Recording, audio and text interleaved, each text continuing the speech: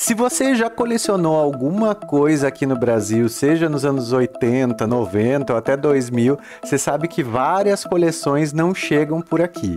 E isso pode ser bem ruim para qualquer colecionador. Mas será que não tinha nenhuma vantagem em ser colecionador aqui no Brasil nos anos 80 e 90? E é isso que a gente vai descobrir no nosso vídeo de hoje. Muito prazer, eu sou o Daniel Guizar e você está no Decifra Geek. Arroi!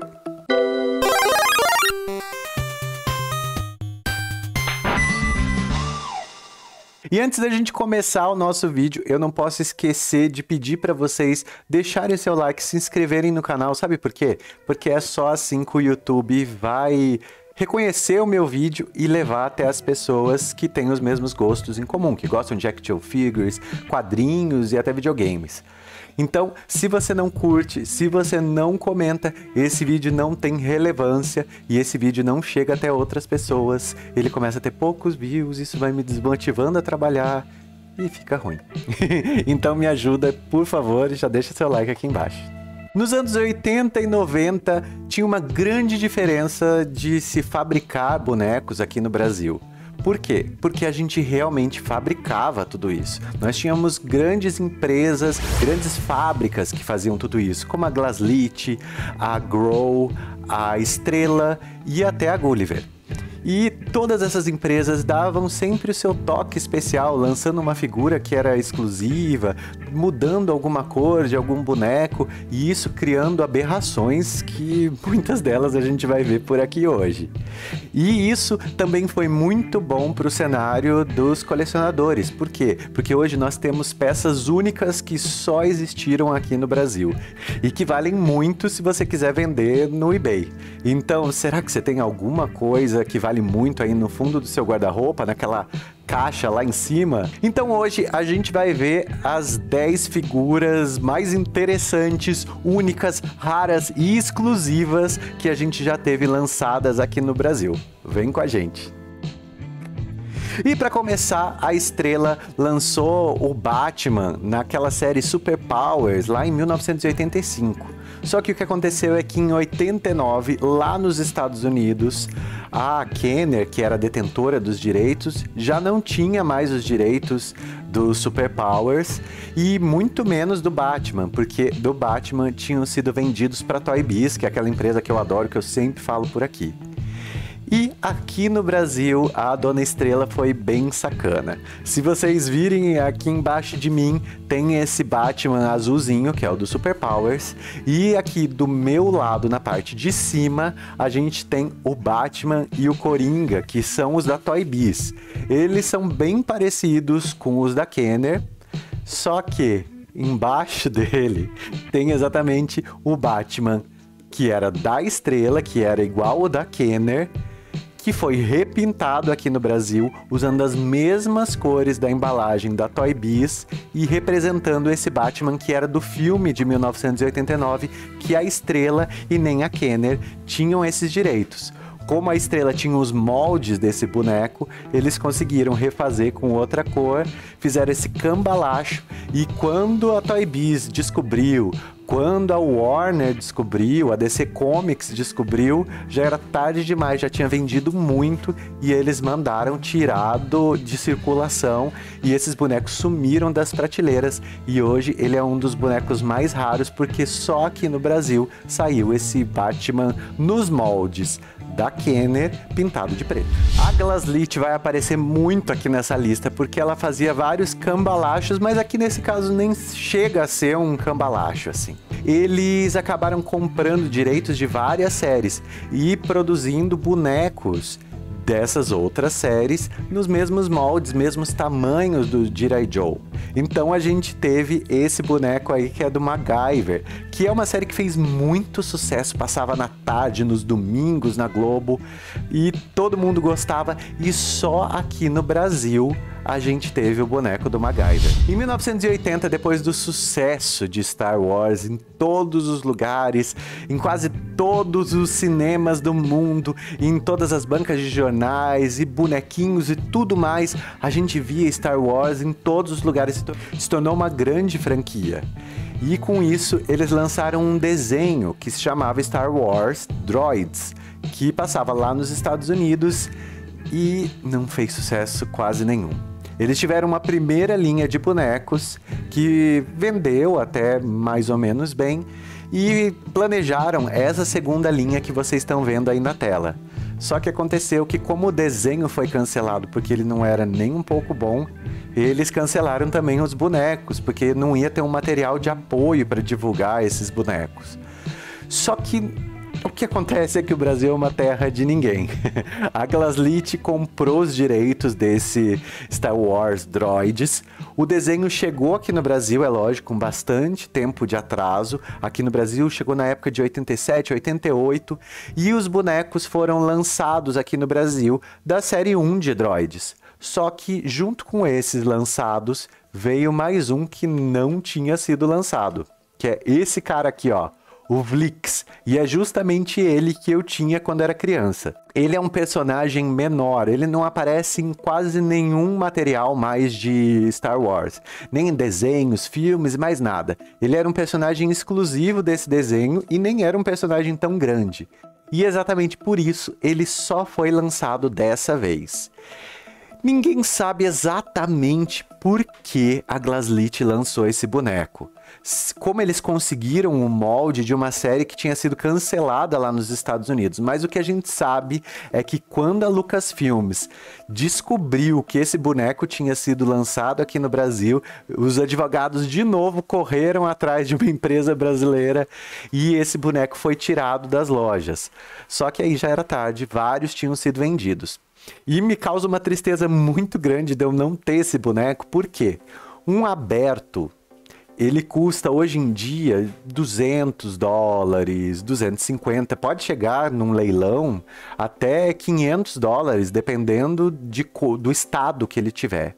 Mas, se ele tiver na embalagem, a gente consegue até $5.000 com um exemplar desse boneco.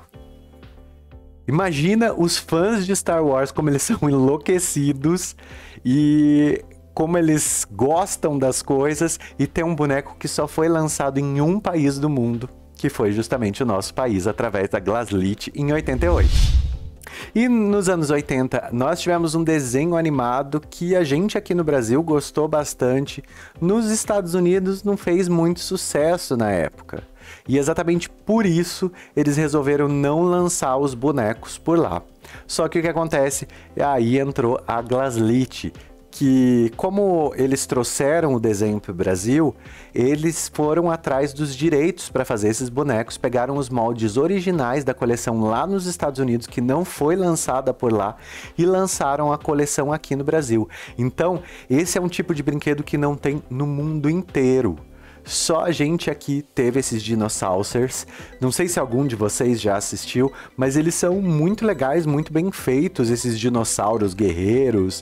E a caixa era muito bem feita. São bonecos que até hoje são muito procurados e valem bastante grana. E chegando nos comandos em ação, ou G.I. Joe, eles foram bonecos, brinquedos que foram lançados pela Estrela durante muitos anos aqui no Brasil. E assim, eles eram produzidos, fabricados aqui dentro. E com isso, a fábrica tinha algumas liberdades, eles trocavam uma corzinha aqui, outra corzinha ali, como é o caso desses dois bonecos aqui, ó. O Kangor, que tá embaixo da minha câmera aqui, deixa eu até, ó. Esse daqui é o Kangor. E aqui, lá nos Estados Unidos, ele era um pouco diferente. A calça dele era diferente, o capacete era de outra cor, ele vinha com outros acessórios. Lá ele era conhecido como Big Bull. E aqui ele já veio como numa série que se chamava, se não me engano, Força Animal, onde eles vinham com bonecos de animais junto. Vocês veem que ali em cima da cartela dele, ele tem um canguru que vinha junto com ele, e lá nos Estados Unidos isso não acontecia. E isso faz essa figura ser bem rara. Outro caso que é muito lembrado pelos colecionadores é aqui, ó, o Tigre da Selva, que é um personagem que veio do Desert Trooper do Dusty. E vocês veem que as cores dele foram mudadas e ele perdeu esse pano que ele tinha em volta do capacete. Eu acho que a versão americana era mais legal, mas isso faz com que a versão brasileira seja mais valiosa também. E o que a gente tem que saber é que a Estrela fez isso com várias e várias e várias figuras. Não teria nem como, eu não teria tempo de listar todos por aqui. E aqui mais um dos golpes da Glaslit, porque quando o Jaspion foi lançado aqui no Brasil, eles não queriam perder tempo de jeito nenhum. E a primeira coisa que eles queriam fazer era lançar logo uma coleção do Jaspion. Então, aqui embaixo da minha câmera vocês podem ver esses que são os bonecos oficiais da linha. E aqui do meu lado a gente vê um Jaspion que foi feito em cima de um boneco do Robocop. Eles pegaram duas franquias que não eram nem do mesmo continente e lançaram como se fosse a mesma coisa. Eles fizeram essa malandragem aí, pintaram por cima como eles fabricavam aqui. Eles tinham os moldes, pintaram do jeito que eles quiseram e lançaram essa figura. Outra coisa que eles faziam muito era reaproveitar veículos. E assim a gente tem coisas grotescas como o helicóptero do Jaspion, que ele nunca usou em nenhum episódio, mas a Glaslit lançou. Nos anos 90, os Falcon, que foram aqueles bonecos um pouco maiores, que usavam roupas de verdade, eles tiveram uma reformulação. E com isso, eles quiseram trazer áreas mais futuristas para essa franquia. E eles acabaram trazendo esse vilão aí, o Torak, que ele foi lançado exclusivamente aqui no Brasil. Vocês podem ver que ele tem um quê de Darth Vader, com essa máscara, com uma armadura, capa e tudo mais. Esse boneco até vendeu mais ou menos por aqui, a gente não tem tanta informação sobre o quanto ele vendeu. Mas o que a gente não pode negar é que ele é um boneco exclusivo da coleção Falcon, que é a mesma que deu origem lá para os comandos em ação ou G.I. Joe. E isso faz ele ser um boneco muito valioso. A Glaslit nos anos 80, ela não tinha preconceito não. Ela pegava qualquer seriado que estivesse passando à tarde na TV, não importava se era um seriado adulto, se era infantil, se era jovem, se era adolescente, como é o caso aqui do Chips, que era um seriado que passava nas tardes da nossa TV, e assim eles lançaram bonecos que só foram lançados aqui no Brasil. Bom, eu já falei algumas vezes aqui no canal sobre a série da Secret Wars, que foi lançada aqui no Brasil pela Gulliver. E eles lançaram bonitinha a série, até que a série parou de vender, eles não tinham mais os direitos da Marvel de continuar lançando esses heróis, mas eles ainda tinham os moldes encostados lá na fábrica.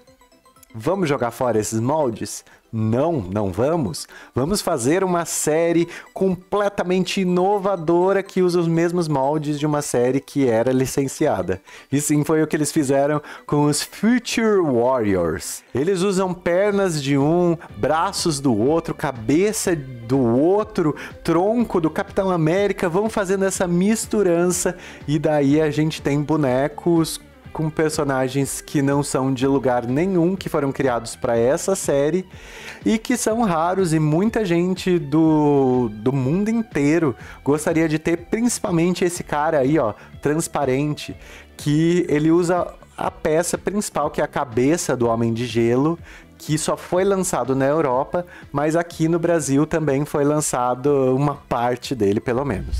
E continuando nas séries, a gente teve bonecos e veículos das séries Trovão Azul e Duro na Queda. São bonecos, de novo, do mesmo tamanho dos G.I. Joe, usando automóveis, veículos que vinham de outras coleções, e eles lançavam aqui tendo comprado sim os direitos, não são bonecos falsificados, mas reutilizando moldes de bonecos e principalmente de veículos que vinham de outras coleções.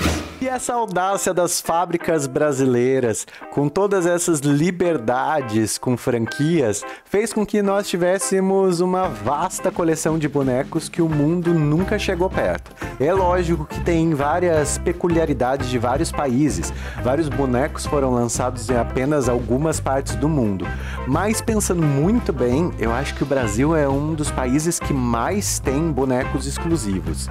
E isso é muito legal porque a gente também acabou perdendo muitos bonecos que não vinham para cá porque quase nenhuma empresa trazia as coleções inteiras.